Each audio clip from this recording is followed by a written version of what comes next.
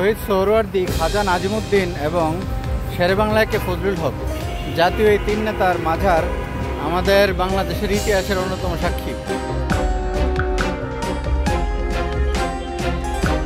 স্বাধীনতার পূর্ব সময়ে এই মহান তিন নেতাই কিন্তু আমাদের এই অবিভক্ত বাংলার প্রেসিডেন্ট ছিলেন।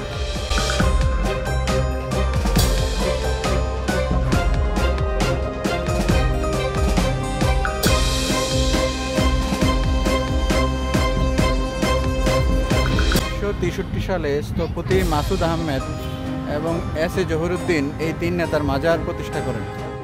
আমাদের দোয়েল চত্বরের ঠিক পাশে, দোয়েল চত্বরের পূর্ব পাশে জাতীয় এই তিন নেতার অবস্থান ঢাকা ইউনিভার্সিটি এরিয়াতে।